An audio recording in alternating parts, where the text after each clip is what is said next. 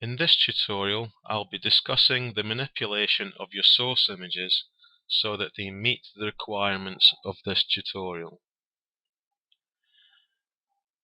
Now, even though we're going to be creating a metallic texture, we're actually going to be using an image of grey concrete, which was downloaded from cgtextures.com.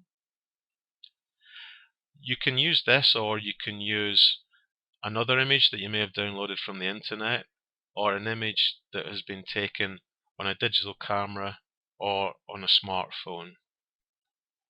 Although it is important in all cases that you do not use the image in its original state, and it's best to give it slight adjustments before we use it in this tutorial.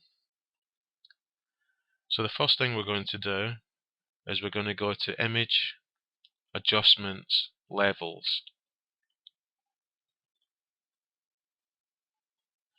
Now, as you can see, our colours are all bunched up in the right hand side of this graph, where we want a more even layout. Now, normally, if we have downloaded a picture from the internet, we could just press Auto and it would fix all the problems for us.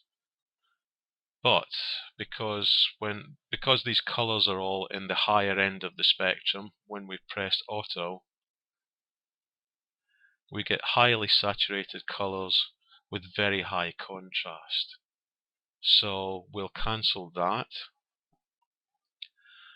We'll go back to Image, Adjustments, Levels, or Control L. The way that we're going to get around this is by moving our black and our white points in closer towards where the colours begin on the image.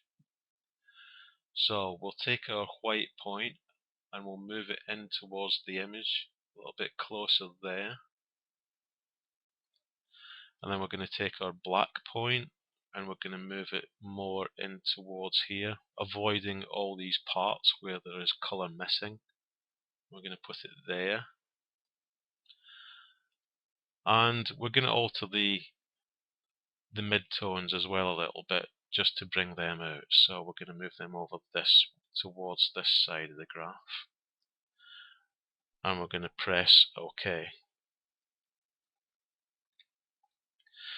Now this image has a resolution of 2240 pixels by 1680 pixels.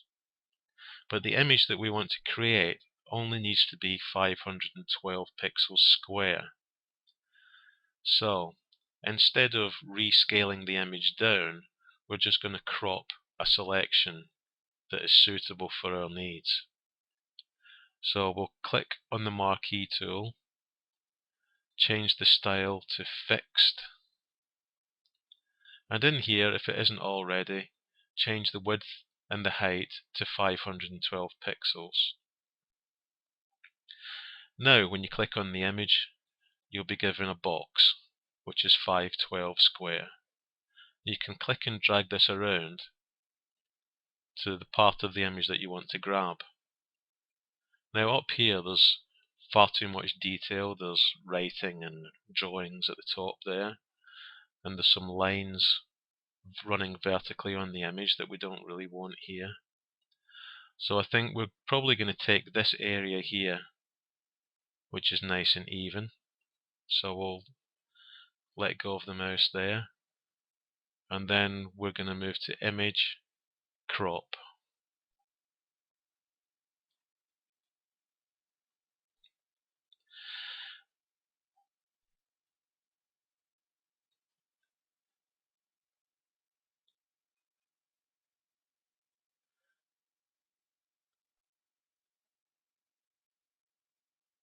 Now we're just going to zoom up on this a little bit so we can see it in more detail.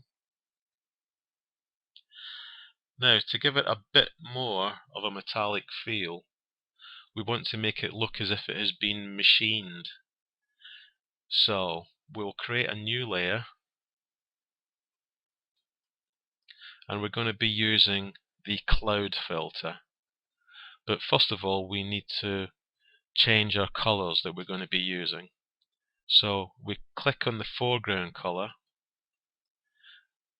and we want a grey which is somewhere between the middle and the highest white, so we probably want something around there. Press OK.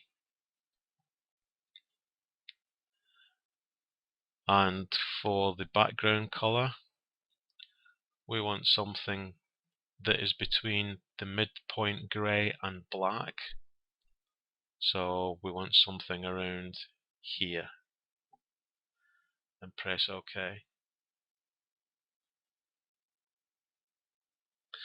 Then we're going to go to Filter, Render, Clouds. Now, to add a bit more detail to this, we're going to go to Filter, Noise, Add Noise. And this is going to add a more pixelated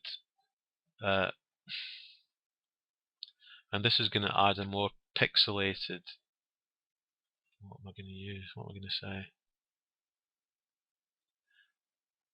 This makes the clouds look a lot more pixelated.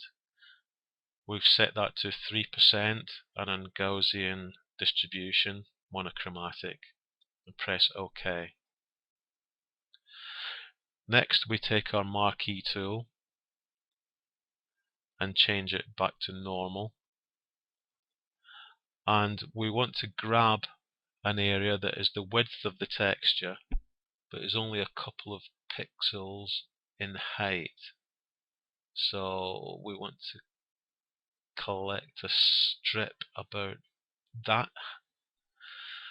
Once we've got that small area, we're going to go to Edit, Transform, Scale, and we're going to stretch that to the full length of the image. Drag that one to the bottom, and we'll drag that one up to the top. Don't worry about the shearing that's happening, because that will disappear when you press the green arrow there. Now this adds our grain to the metal that we've got underneath, but at the moment we can't see it, so we're going to change our view to multiply, and we're going to bring our opacity down to about 65%. There we go. Now this is our final metallic texture, and on the next part we're going to be creating the elements that we're going to use to add the paint onto these layers.